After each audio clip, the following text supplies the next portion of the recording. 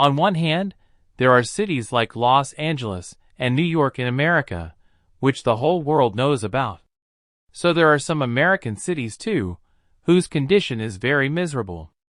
I said, not the worst, just the most miserable. We've identified the 10 most miserable cities in the U.S., using census data from 1,000 cities, taking into consideration population change. Because if people are leaving, it's usually for a good reason. Often, these cities have been devastated by natural disasters. They've had to deal with blight and with high crime rates. Economies have struggled after industry has collapsed. These cities also tend to have high rates of addiction. I think we need to start the video. But before starting the video, I want to request you. We put our best efforts to create our every single video, so please don't forget to like the video and subscribe to the channel. Let's start. Number 10, Huntington Park, California. Huntington Park is a city located in Los Angeles County. Huntington Park has a 2023 population of 51,394. 63% of people are working, and 28% of people live in poverty. The median commute time is 31 minutes. The Los Angeles Times describes Huntington Park as a working-class haven, which is affordable housing, but high poverty rates mean many struggle to purchase homes. The area is more than 97% Latino and has been called an entry point for immigrants. A reasonable portion of those immigrants are unauthorized and can't vote, resulting in low political engagement for the area.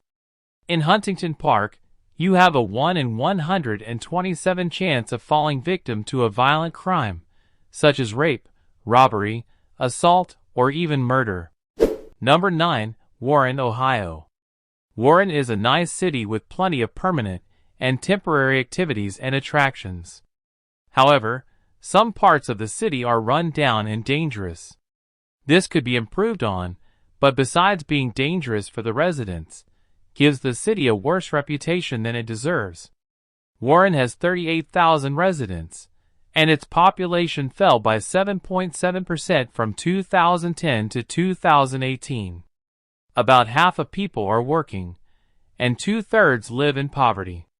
It's had a slow economy for a while, but things weren't helped when General Motors announced in 2018 it would stop work in a plant nearby, meaning people had to leave the city to find work. Along with Youngstown, Warren has the second highest rate of people struggling to find enough food in the country. Number 8, Camden, New Jersey. Camden suffers from one of the worst reputations in America. There are countless anecdotes about police officers urging drivers to rush through red lights to avoid being attacked, or blatant drug deals happening at gas stations in broad daylight. Camden has 74,000 residents, and its population fell by 4% from 2010 to 2018. Nearly 57% of people are in the workforce, and 37% live in poverty. The average household income is $26,105, the lowest on this list. It used to be a manufacturing city, but that fell to pieces between the 1950s and the 1970s. It's had a high crime rate and been known as one of the most dangerous cities in the country. Number 7, Flint, Michigan. Flint has ranked as one of America's most dangerous cities for several years based on FBI crime statistics of violent crimes per capita. With the 96,000 residents, and it's fallen by 6% from 2010 to 2018.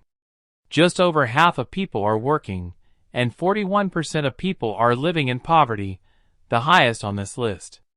Flint is perhaps best known for the water crisis it's been facing since 2014, where residents were being poisoned with lead. On top of that, it's got 20,000 abandoned properties to deal with, a consistently high murder rate, and an opioid problem.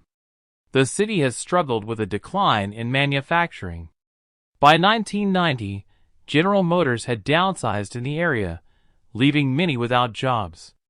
Number 6, Pine Bluff, Arkansas. It is very unsafe at Pine Bluff, Nobody takes that city seriously. A lot of people do not enter the city because of the very diverse population and how trashy it looks. Pine Bluff has 42,000 residents, and from 2010 to 2018, it lost nearly 14% of its population, the biggest loss on this list. 52% of people are working, and 30% are living in poverty. People left as the state lost almost 3,000 manufacturing jobs from 2016 to 2017. In 2019, things deteriorated further when the Arkansas River flooded the city. Pine Bluff crime rates are 190% higher than the national average. Violent crimes in Pine Bluff are 340% higher than the national average. In Pine Bluff, you have a 1 in 15 chance of becoming a victim of crime. Number 5. Newark is an urban area that, despite its great attractions, has unfortunately garnered a bad reputation. Crime rates are higher than the national average, especially in residential areas. Newark ranked in the top 5 for the worst cities to drive in due to large amounts of traffic, tight roads, and aggressive drivers. Newark has 282,000 residents, 62% are working, and 28% are living in poverty. The median commute time is over 35 minutes. Like Flint, the city has had problems with lead poisoning its water supply. The city has also struggled with race relations, which bubbled up in violent riots in 1967, and has its fair share of violent crimes, particularly in 2013. Most crimes take place in isolated and residential areas where people travel alone. Number 4. Asbury Park, New Jersey. It isn't often these days to find a city that's actually declining rapidly, rather than growing in population. But that seems to be the case in Asbury Park, going from 16,930 people in 2000 to just 15,779 in the recent 2013 FBI crime report. The reasons for this may be many, but one of them is most certainly the crime rate. The city's overall crime rate is triple the state's average, with violent crime being a significant contributor. Number 3. Detroit, Michigan. Crime rates in Detroit are above the national average in all categories. The city consistently ranks as one of the most dangerous cities in the United States. But it doesn't mean it's unsafe to live here. After all, over 500,000 people proudly call Detroit home. Detroit has 672,000 people, and from 2010 to 2018, it lost nearly 6%. While 54% of people are working, 38% live in poverty. The median household income is $27,838. The city already lost many of its residents between 1950 and 1980, when 600,000 people left after the manufacturing industry collapsed. With 43,000 abandoned homes, it's been struggling with blight, and is considered one of the most dangerous cities in the United States. Number 2. Port Arthur, Texas. Port Arthur is a mid-sized city in the state of Texas, which is located in the county of Jefferson. Port Arthur in the past 5 years has seen a slight decrease in residents. Port Arthur, a city surrounded by oil refineries, has 55,000 residents. 53% are working, and 30% are living in poverty.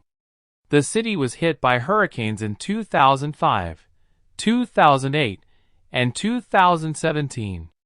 Harvey, the latest, caused $1.3 billion in damage. Officials fear that if people keep leaving, Port Arthur will fall below 50,000 people and make it ineligible for federal grants. If you live in a toxic environment like this, surrounded by refineries, you're probably not thinking about some future apocalypse. There are many health issues. Number 1. Gary, Indiana. Gary has 75,000 residents, but lost 6% from 2010 to 2018. Just over half of the population works, and 36% live in poverty. The most miserable city in the U.S. was once a manufacturing mecca, but those days are over. A drug enforcement agent who grew up in the area told The Guardian in 2017. We used to be the murder capital of the U.S., but there is hardly anybody left to kill. We used to be the drug capital of the U.S., but for that you need money, and there aren't jobs or things to steal here. When the jobs dried up, most white people left, and now 84% of people living in Gary are African American. The city is experimenting with plans to try to revitalize the area, including selling abandoned homes for $1. So I hope you enjoyed this video. Don't forget to like the video and subscribe to the channel. Thanks for watching.